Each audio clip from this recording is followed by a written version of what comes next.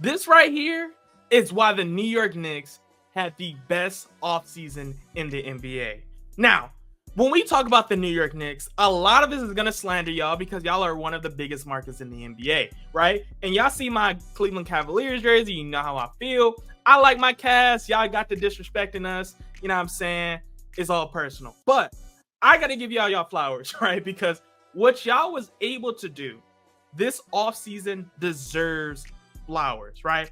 I will give credit where credit is due. In the Knicks, y'all did y'all thing, because one of the things we've always said about the Knicks is that y'all do not know when to pull the plug, and y'all pulled the plug so many times right now to get the players they needed to make. And not only did y'all get the players, y'all somehow managed to get them to really make a decision to sacrifice in order to get more pieces. And honestly, in the NBA today, that is literally unheard of.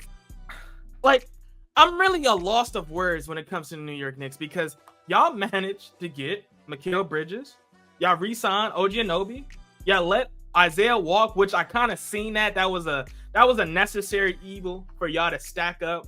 And then you still got Ju Randle, who y'all probably are going to flip this season. Shoot, y'all might not even need to, but realistically, I kind of think y'all will, just because I just don't think Julius Randle works. Maybe you do. You know, y'all know more than I do when it comes to the New York Knicks and how to establish team, because y'all did some crazy stuff, right? You know, right? And I said, what? OG, Mikal Bridges, Jalen Brunson took a pay cut, right? Y'all must got something cooked up, and y'all not slick. I don't know what superstar y'all got pending, but can y'all just wait till the Cavs can just like get to the Eastern Conference first before y'all go ahead and stack the deck? Because right now, New York is looking like the true mecca of basketball, right? We gave y'all this label. Y'all have had this label, the Big Apple. Y'all are showing in true colors what New York is made of. Jalen Brunson has helped establish this culture, and the culture is being well maintained. I'm going to be honest. Like Tom Thibodeau, he got the group of guys that fits his system. You got Josh Hart that's playing out of this world. You got OG Anunoby that actually likes playing for his team.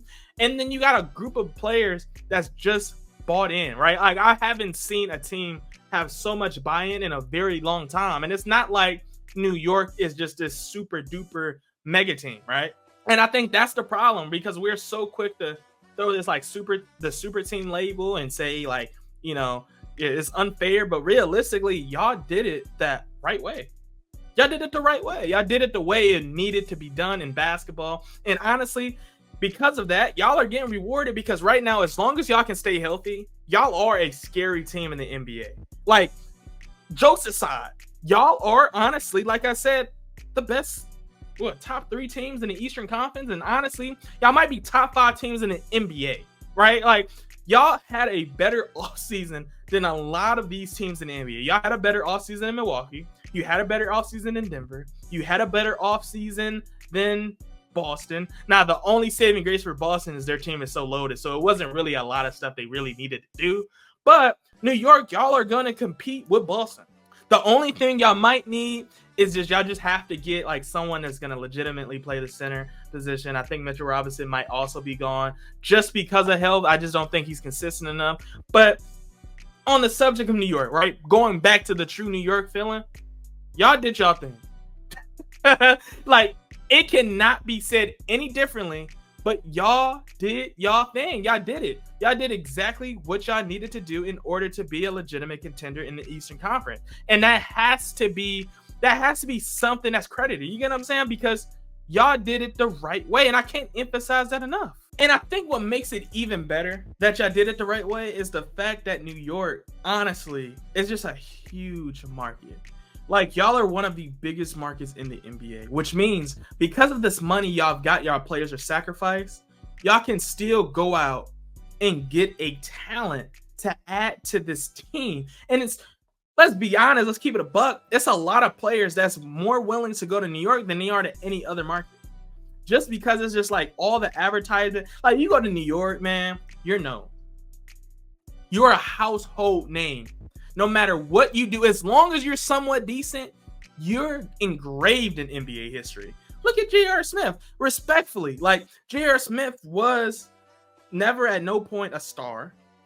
But what he was able to do in New York in that short stint literally stamped him, right? Like, and of course, he had his Denver days, he had his New Orleans days, he had his Cavs days. Speaking as a Cavs fan, because he showed out. But let's be honest, if he wasn't on New York, I don't think a lot of fans would really respect the game of J.R. Smith, honestly. And that might be a bold take, that might be a crazy take, but whatever, get at me. Down in the comment below, I want to hear y'all take.